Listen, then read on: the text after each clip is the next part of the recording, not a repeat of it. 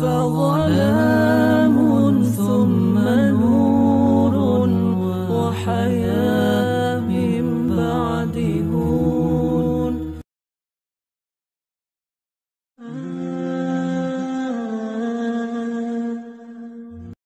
Islam melarang, kita dilarang oleh Nabi kita tidur menjelang maghrib, betul? Bukan karena nanti ketindihan setan, bukan ya. Secara medis diketahui bahwa orang yang kebiasaan tidur antara asar sampai maghrib itu akan menurunnya daya tahan tubuh. Jadi gampang sakit infeksi Pak kalau Bapak tidur menjelang maghrib. Kalau sekali lagi setelah sholat subuh gampang pikun, aliran darah ke otak itu tersumbat, ya, jadi stroke penyakitnya. Tapi kalau tidur setelah asar sebelum maghrib, itu daya tahan tubuh kita akan menurun. Materi terakhir ini 6 langkah praktis, ya, Bapak bisa lakukan di rumah mulai hari ini. Langkah pertama, mulai hari ini jangan makan malam, Pak.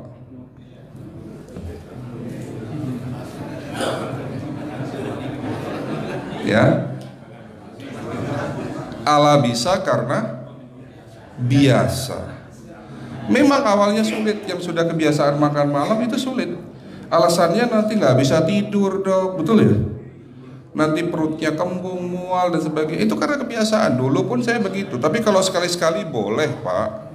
Misalnya diundang hajatan gitu, tetangga ada yang kawinan hajatan, ya udah apa-apa, menghargai itu makan malam. Tapi sekali-sekali itu. Tapi kalau tiap hari ini yang nggak boleh, betul ya Pak? Jangan makan berlebihan dan jangan makan malam. Makan sate boleh nggak Pak? Boleh, siapa bilang nggak boleh? Sate itu, Bapak tahu daging kambing, daging domba adalah makanan sehat, tidak berkolesterol. Yang kolesterol itu lemaknya Pak. Tapi kalau Bapak makan daging murni, dagingnya tok, ya sehat Pak. Yang nggak boleh itu santannya. Jadi makan gulai itu jangan, kalau gulai sate aja udah, ya, ataupun dibuat apalah, dibuat empal, ya. Oke, itu yang pertama. Yang kedua, tolong catat, jangan tidur larut malam Pak. Batasan tidur jam berapa Pak?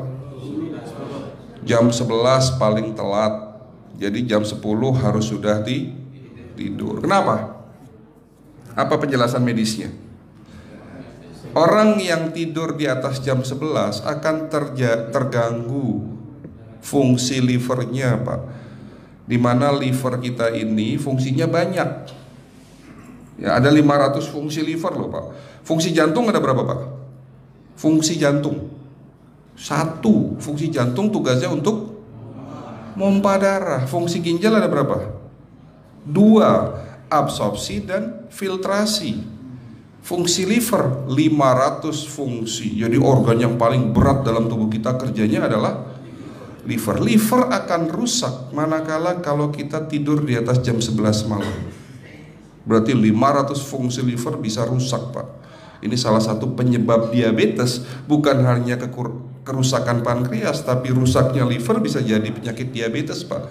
Jadi kalau sakit diabetes itu yang terganggu itu sebetulnya bukan hanya pankreasnya, livernya pun rusak, ususnya pun rusak. Makanya dalam pengobatan diabetes di klinik kami itu bukan hanya ngobatin pankreas, tapi 3 organ penting ini saya obati: usus, liver, dan pankreas. Kebanyakan kenapa kalau dalam pengobatan tradisional mereka taunya diabetes itu hanya pankreas, ya kan?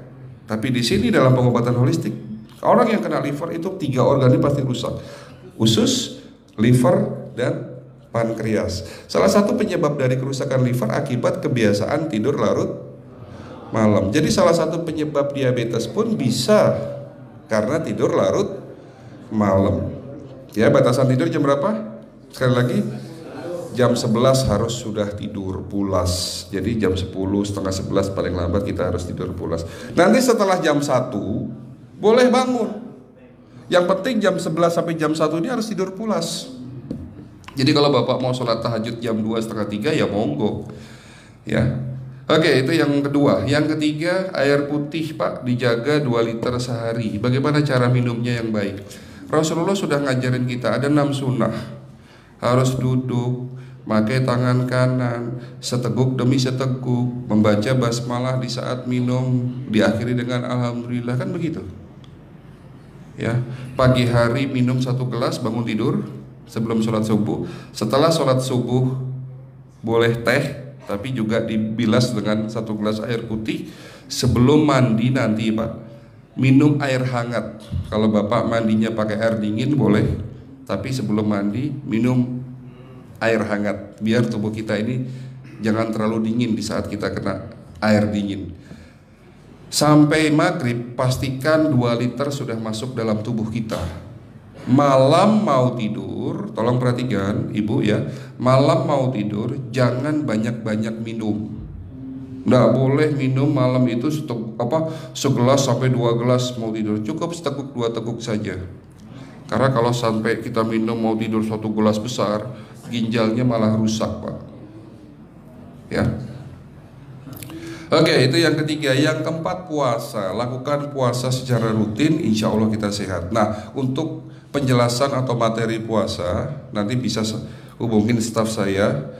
Nanti di bulan Ramadan tahun ini, kalau memang masih ada slot 1 sampai hari ke-20, saya bisa mengisi manasik kesehatan yang berkaitan dengan manfaat puasa untuk kesehatan. Insya Allah kalau memang masih ada slot waktunya, karena kita di bulan Ramadan hanya 20 hari kita mengisi manasik, ya. Oke, itu yang keempat. Langkah keempat. Langkah 1, 2, 3, 4. Langkah kelima. Nah, sebelum saya menjawab yang kelima, saya ingin membacakan sebuah sabda Rasulullah. Rasulullah bersabda, di dalam tubuhmu ada segumpal daging. Jika segumpal daging itu sakit, akan sakitlah seluruh tubuhmu. Dan jika segumpal daging itu rusak, akan rusaklah seluruh tubuhmu. Apa itu segumpal daging? Segumpal daging itu adalah hati. Tapi ternyata yang dimaksud Rasulullah itu bukan liver Pak. Yang dimaksud Rasulullah adalah hati kita, roh kita, jiwa kita, perasaan kita. Kalau hati kita rusak, kita banyak penyakit hati, iri, dengki, sombong, takabur dan sebagainya. Penyakit fisik akan muncul dalam tubuh kita. Ya, tidak ada orang stres itu sehat, betul enggak Pak? Tidak ada orang yang suka marah-marah itu sehat, betul enggak? Bahkan Rasulullah menganjur senyum adalah ibadah. Senangkan orang lain, permudah urusan orang lain, insya Allah kita sehat. Ya, jadi itu langkah ke-5. Langkah 1 sampai langkah ke-5 sifatnya individual. Bapak bisa lakukan sendiri di rumah. Tapi langkah ke-6 ini butuh bantuan pihak dokter atau rumah sakit. Kira-kira langkah ke-6 apa Pak? Lakukan pemeriksaan sebelum sakit. Jadi periksa itu jangan nunggu sakit baru periksa. Jangan seperti kayak Bu Ustazah tadi, diajak periksa, jawabannya takut ketahuan penyakitnya. Setelah stroke baru datang ke klinik untuk minta diperiksa. Kalau sudah stroke susah nggak nyembuhinnya Pak? Kata kayak beliau nih, sudah 2 tahun tidak sembuh-sembuh karena sudah terlanjur stroke. Tapi kalau beliau melakukan general check up, mohon maaf ya Pak, kalau beliau melakukan general check up rutin, insya Allah tidak akan kena stroke, karena sebelum stroke sudah diobati dulu. Karena stroke ini bisa kita lihat dalam scanning dengan alat yang saya punya, insya Allah kelihatan ini. Oh ini sudah mulai ada tanda-tanda mau penyumbatan, buru-buru diobati. Memang takut Pak, tapi pesan saya jangan takut. Ya, lakukan pemeriksaan supaya kita tahu, supaya kita kenal. Gitu ya Pak. Jadi kira-kira di jemaah ini ada enggak yang mau saya ajak periksa kita semua? Pesan terakhir dari saya, lakukan pemeriksaan sebelum terlambat.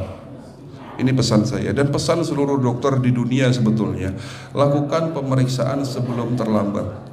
Ya, karena dengan kita melakukan pemeriksaan kita akan kenal tubuh kita. Kalau sudah kenal kita akan sayang sama tubuh kita. Betul Pak? Ada pepatah mengatakan tidak kenal tidak sayang.